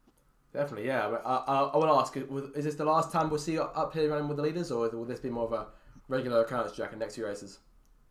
I hope not. I hope it happens again. That's kind of what I'm here for. But Fair enough. I think there's a couple.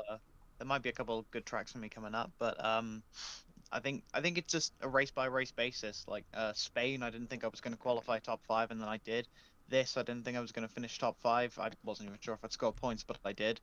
So I think, as ever, it's just going to be a show up, see what pace I've got, and then go from there. I think it'll be worth going to Silverstone next week, saying to yourself, okay, I don't think I'm going to win, and see what happens there. Just worth a go. Yeah.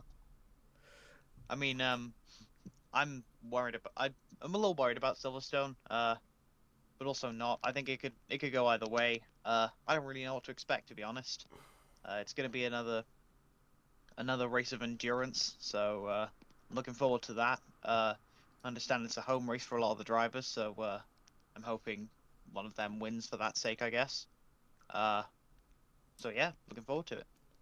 Sounds good. Well, good job on the top 5 finish today. We'll come now last forward to Obsessed Gamer, who I think was the start. I think happy said Obsessed to make you were the star of the show in qualifying without a doubt. But that jump start, what happened there?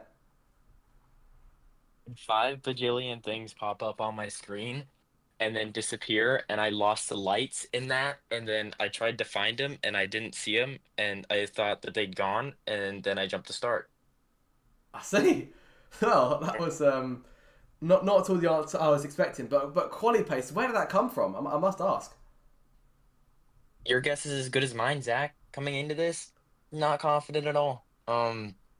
Last night I did like 15 minutes of time trial and worked out one corner, and yeah, that was about it. So coming in and having a decent quality, that was a surprise to me. Do you reckon it would be the last time we see you up there in the top 10?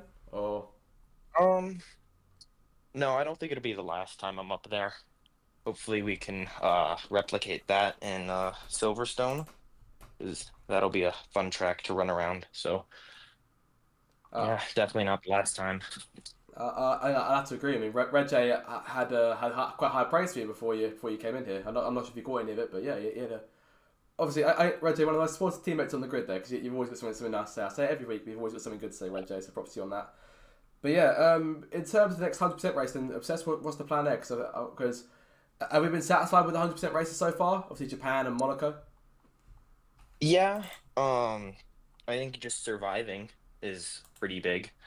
Um, Especially with like endurance and stuff. I mean, your arms get tired so quickly after like 20 laps on Monaco, so just surviving there was big. And then Japan first 100%, even just not like, putting it in a wall, that was huge.